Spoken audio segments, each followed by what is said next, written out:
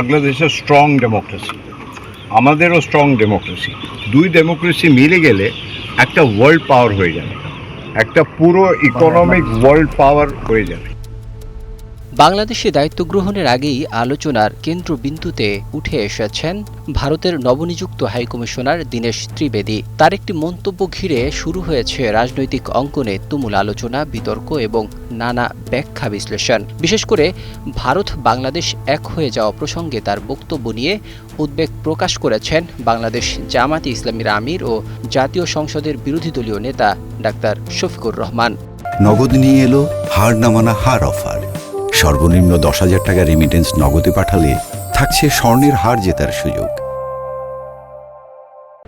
শনিবার নিজের verified Facebook পেজে দেওয়া এক পোস্টে তিনি সরাসরি সরকারের দৃষ্টি আকর্ষণ করে বলেন, নতুন ভারতীয় হাইকমিশনারের বক্তব্যের প্রকৃত অর্থ কী তা জাতির সামনে স্পষ্ট করা প্রয়োজন।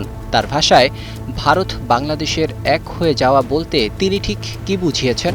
সরকারের উচিত তার কাছে এ বিষয়ে পরিষ্কার ব্যাখ্যা চাওয়া। ডাক্তার শফিকুর রহমানের এই বক্তব্যের পর রাজনৈতিক মহলে নতুন করে আলোচনা শুরু হয়েছে। তিনি মনে করেন, বাংলাদেশ একটি স্বাধীন, সার্বভৌম ও আত্মমর্যাদা সম্পন্ন রাষ্ট্র। একইভাবে ভারতও একটি স্বাধীন দেশ। ফলে দুই দেশের সম্পর্ক যতই ঘনিষ্ঠ হোক না কেন, এমন সংবেদনশীল বিষয়ে অস্পষ্ট মন্তব্য জনমনে বিভ্রান্তি ও অস্বস্তি তৈরি করতে পারে।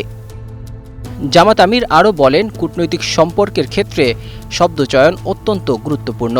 দায়িত্ব গ্রহণের শুরুতেই যদি এমন বক্তব্য আসে, তাহলে তার ব্যাখ্যা জনসম্মুখে তুলে ধরা প্রয়োজন। তিনি সরকারের প্রতি আহ্বান জানিয়ে বলেন, আমরা চাই বিষয়টি দ্রুত সুরাহা হোক। জনগণ জানতে চায় বক্তব্যটির প্রকৃত অর্থ কী ছিল। একই সঙ্গে তিনি সতর্ক করে বলেন, যদি এই বক্তব্য আক্ষরিক অর্থে দুই দেশের রাজনৈতিক বা রাষ্ট্রীয় একীভূত হওয়ার ইঙ্গিত বহন করে, তাহলে তা কোনোভাবেই গ্রহণযোগ্য নয় এবং অবশ্যই নিন্দনীয়। কারণ বাংলাদেশের স্বাধীনতা, সার্বভৌমত্ব এবং জাতীয় স্বার্থের প্রশ্নে কোনো ধরনের আপোষের সুযোগ নেই। বিশ্লেষকদের মতে, ডাক্তার শফিকুর রহমানের এই প্রতিক্রিয়া শুধু একটি রাজনৈতিক বক্তব্য নয়, বরং জাতীয় স্বার্থ ও সার্বভৌমত্ব প্রশ্নে স্পষ্ট অবস্থানের প্রতিফলন। এখন নজর সরকারের দিকে। তারা কি ভারতীয় হাই কমিশনারের কাছ থেকে এ বিষয়ে আনুষ্ঠানিক ব্যাখ্যা চাইবে, নাকি বিতর্ক আরও বিস্তৃত হবে? Desk report, 21 television.